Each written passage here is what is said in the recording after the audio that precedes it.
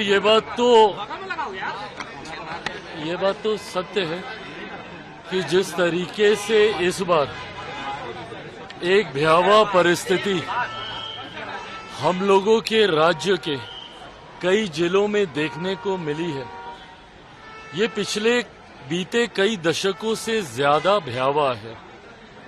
पड़ोसी देश में जिस तरीके से बाढ़ की वजह से एक विकराल परिस्थिति वहां पे भी बनी है, पर जिसका असर हम लोगों के राज्य बिहार के लगभग 12-13 जिलों में हम लोगों को देखने को मिला, इसी का संज्ञान लेने और ज्यादा से ज्यादा मदद में तीव्रता दिलाने के उद्देश्य से कल से हम लोग कोसी के इलाके में ही हैं।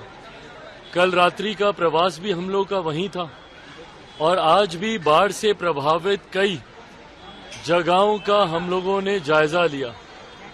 पहली प्राथमिकता तो ये थी कि जब पानी का स्तर एकदम से बढ़ा, जब बांध खोले गए और एकदम से जब पानी अलग अलग जिलों में घुसने लगा हम लोगों के यहाँ, तो पहली प्राथमिकता इवैक्यूएशन की थी कि जल्द से जल्द ज्यादा से ज्यादा लोगों को बचाया जा सके।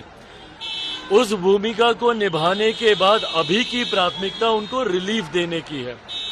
कम्युनिटी किचन के माध्यम से उन लोगों को खाने में कठिनाई ना हो, पन्नी ज्यादा से ज्यादा वितरित करवाई जा सके, वैकल्पिक व्यवस्था रहने की कराई जा सके, ये अभी प्राथमिकता है।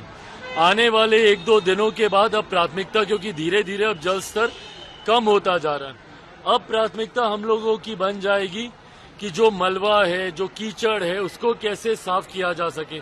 कोई मवेशी जिसकी मृत्यु हो गई है, उसकी वजह से कोई महामारी ना फैले, कोई बीमारी ना फैले, साफ सफाई पुनर्वास का कार्य शुरू होगा।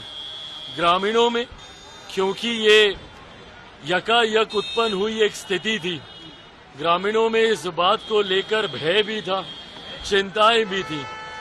कई जगह पर इस बात का अनुभव हम लोगों ने भी किया कि चीजों में और हम लोगों को तत्परता लाने की जरूरत है। उसके लिए भी तमाम उचित निर्देश मैं स्वयं वहां पर देकर आया हूं, स्थानीय प्रशासन के साथ भी। आज सुबह भी हम लोगों ने बैठक की, अलग अलग जिलों के डीएम, एसपी, तमाम अधिकारियों के भी लगातार हम लोग संपर्क में हैं। प्रयास ये है कि असुविधा लोगों को कम से कम हो और जल्द उन लोगों का पुनर्वास हो, इस दिशा में अब हम लोग कार्य करेंगे।